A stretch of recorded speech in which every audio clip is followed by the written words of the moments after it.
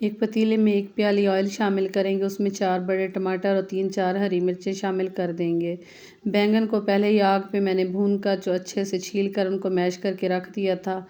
यहाँ पे हमारे टमाटर सॉफ्ट हो चुके थे तो इनको भी हम निकाल लेंगे। हरी मिर्चें जो हैं वो हम साइड पे कर लेंगे, टमाटरों को बैंगन के साथ मैश कर लेंगे।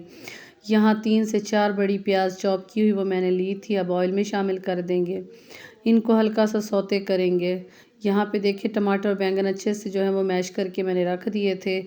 जैसे हमारे प्याज सौते होंगे तो इसमें 2 चम्मच जो अदरक लहसुन का पेस्ट शामिल कर देंगे।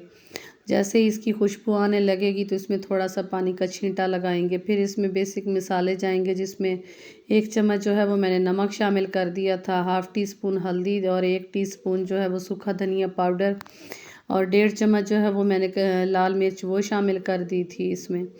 अब इसको 1 मिनट के लिए फ्राई करेंगे और साथ में ही थोड़ा-सा पानी शामिल कर देंगे। इस तरह ये हमारा जो है वो बैंगन के भरते के लिए मसाला जो है हमारा तैयार हो जाएगा। 1 से 2 मिनट के लिए हम इसको अच्छे से पका लेंगे। थोड़े से जो हमारे प्याज हैं वो सॉफ्ट हो जाएं। जैसे ही ये सॉफ्ट होंगे और मसाला जो है वो भुन जाएगा तो इसमें मैश किए हुए बैंगन और टमाटर शामिल कर देंगे। अब इसको मसाले के साथ हम अच्छे से पकाएंगे और इसको अच्छे से जो है वो भूनेंगे।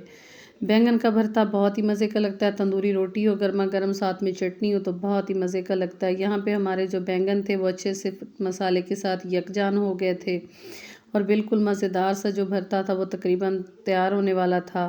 तो इसकी भुनाई करते हुए 10 से 12 मिनट मुझे लग गए थे। इसी तरह बिल्कुल सिंपल सी रेसिपी है, सादा सी रेसिपी, झटपट बनने वाली। ये बच्चों और बड़ों सबको बहुत ही पसंद आती है।